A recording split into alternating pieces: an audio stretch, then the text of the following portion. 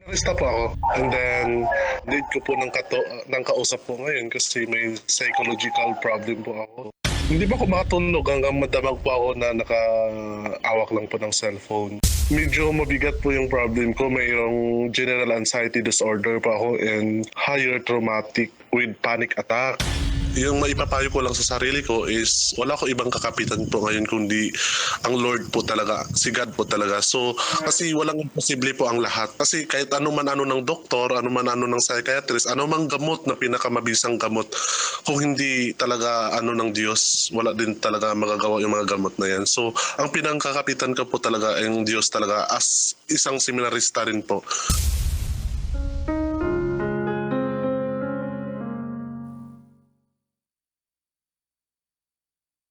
Kahit Angelo, ikaw ba dumating ka na sa punto ng buhay mo na na-depress ka or nagkaroon ka ng anxiety? Hindi kita marinig. Parang wala pa ako naririnig. Ayan, ayan, ayan, ayan, ayan. Okay, nandito po si Titan Jello, nakamute lang siya, okay? Oo, nawala. Ayan, ayan. Anyway, pero hindi ko masasabi na anxiety ba yun or depression. Pero alam ko lang, nalungkot lang ako ng malala.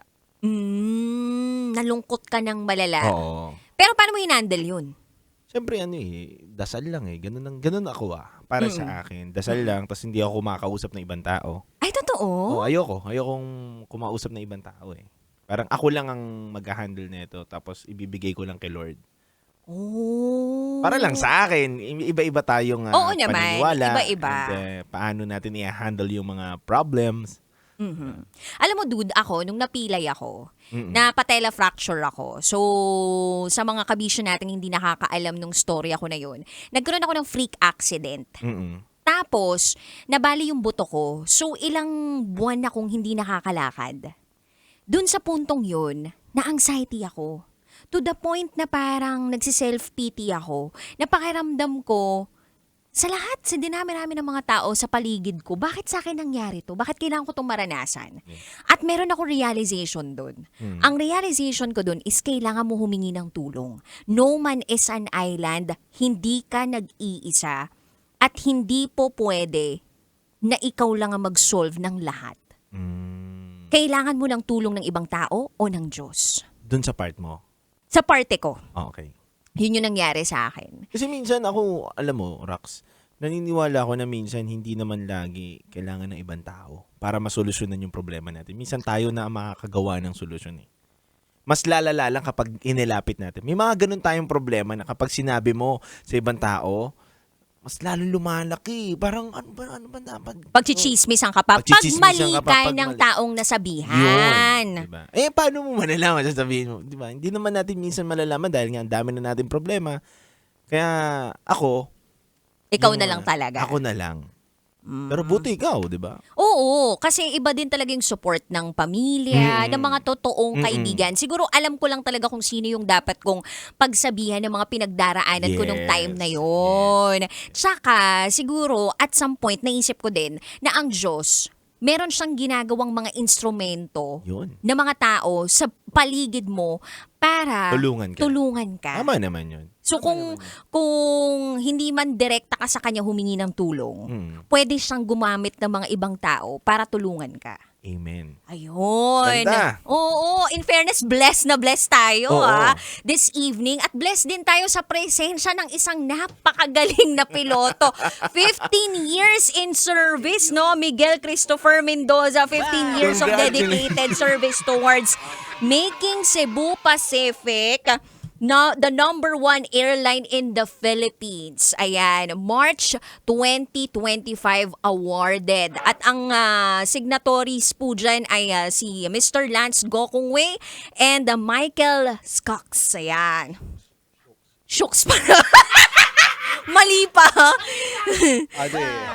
Yun lang. Anyway, sa lahat nga ng talents ko sa mundo, sa dinami-dami kong talents, ito yung pinaka-proud ako, ang pagiging loyal. Wow. Parang kang si Titan Jello, loyal din. Oo naman. Pareho tayo dyan.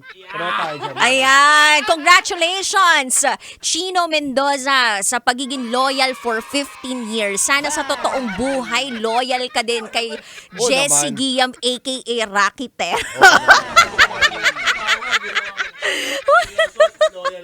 Yun na nga eh. Buti na lang talaga Extension ko din. na yung sarili ko yung trabaho. Ang Titan Jello at Chino Mendoza, mga loyal to mga to. I think dito sa Love Radio, wala naman talagang hindi loyal dito, di ba? Si Uncle Dagol, loyal yan. Lahat, napaka-loyal nun. loyal tong mga to.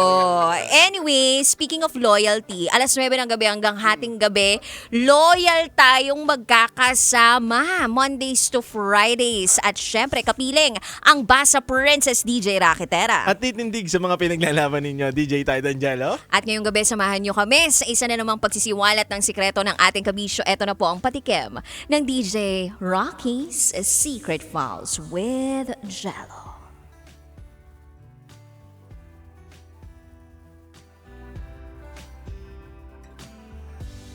Nabuntis ng boyfriend ko ang kaibigan ko. Bakit nabuntis ng boyfriend mo ang kaibigan mo? Ibig sabihin, hindi na best ang tunog ng kaibigan ngayon, kundi Snake. snake, dude, ahas. Mag-iingat talaga sa kaibigan. Baka mamaya tong kaibigan na to, Masalis eh. aahasin yung jowa mo. Pantay sa lakay. Ha? Bantay sa lakay ba yun? Ganun yun eh. Sabi lang. O iba ba yung bantay sa lakay o grabe lang tumuklaw? Ay, ganun ba yun? Tutok lang. Oo. Anyway, abangan nyo po yan sa aming pagbabalik. Kasama pa rin si DJ Raketera. DJ Titan Jello. At kayo nakatutok sa 90.7 Love Radio. Kailangan pa bang i-memorize yan? Basic. Susunod na ang DJ Rocky's Secret Files with Jello. DJ Rocky, halo-halo ang nararamdaman ko. Kinakabahan ako, natatakot ako, gusto kong tumakbo pero hawak niya ang kamay ko. Iba't ibang babae, iba't ibang conversations. Rocky's Secret Files. Your story they never knew existed. Tinuruan niya ako kung paano maging isang mahusay na kabit. Yung puso ko parang sinasaksak sa sobrang sakit. Rocky's Secret Files.